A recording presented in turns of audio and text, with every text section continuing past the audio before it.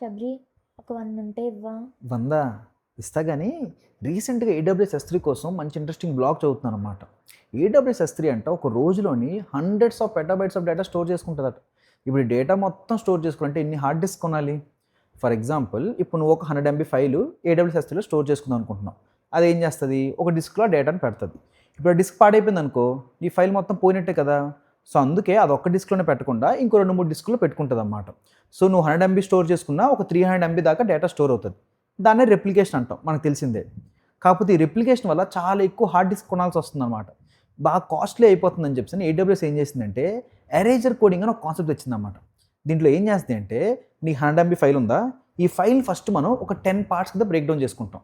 Break down చేసుకొని first పార్ట్నేమో ఒక డిస్క్లోని, second part ఇంకో డిస్క్లోని, థర్డ్ పార్ట్ ఇంకో డిస్క్లోని, అలాగా 10 పార్ట్స్ కూడాను 10 డిఫరెంట్ డిస్క్లో స్టోర్ చేసుకుంటాం.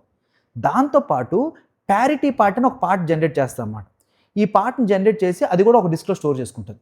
అంతే, ఇంకెక్కడ కూడా డేటాను రెప్లికేట్ చేయదు. ఇప్పుడు నీకు 100 MB ఫైల్ కావాలి అనుకో, ఆ 10 డిస్కుల దగ్గరికి వెళ్తుంది, ఆ 10 పార్ట్స్ తీసుకొచ్చి నీకు ఇచ్చేస్తుంది. ఇప్పుడు ఈ డౌట్ రావచ్చు, ఏదో ఒక డిస్క్లో పార్ట్ పాడైపోతే ఏంటి పరిస్థితి అని చెప్పాను. దీనికోసం ఈ ప్యారిటీ పార్ట్ అనేది ఉందన్నమాట. ఈ ప్యారిటీ పార్ట్ జనరేషన్ వెనుక మంచి ఇంట్రెస్టింగ్ ఆల్గోరిథం ఉంటుంది అన్నమాట. సింపుల్గా చెప్పాలంటే ఇప్పుడు నీకు x+y+z=10 అన్నాను. ఇప్పుడు నీకు x వాల్యూ ఇచ్చాను, y వాల్యూ ఇచ్చాను. ఇప్పుడు z వాల్యూ కనుక్కున్నాను అనుకో, నువ్వు ఈజీగా కనుక్కుంటావు కదా. సేమ్ ఎగ్జాక్ట్గా అదే ఇక్కడ వాడతాం అన్నమాట. సేమ్ ఆ లీనియర్ ఈక్వేషన్ని ఈ ప్యారిటీ పార్ట్లో స్టోర్ చేసుకుంటాం అన్నమాట. ఈ ప్యారిటీ పార్ట్ అనేది అన్ని పార్ట్స్ యూజ్ చేసుకుని మనం క్రియేట్ చేస్తాం. ఫర్ ఎగ్జాంపుల్ ఏదో ఒక పార్ట్ పోయిందనుకో, ఈ ప్యారిటీ పార్ట్ ఆ రిమైనింగ్ ఏ పార్ట్స్ ఉన్నా అన్ని పార్ట్స్, అవన్నీ పార్ట్స్ యూజ్ చేసుకొని ఆ మిస్ అయిన పార్ట్ మనం ఈజీగా ఐడెంటిఫై చేయొచ్చు అనమాట.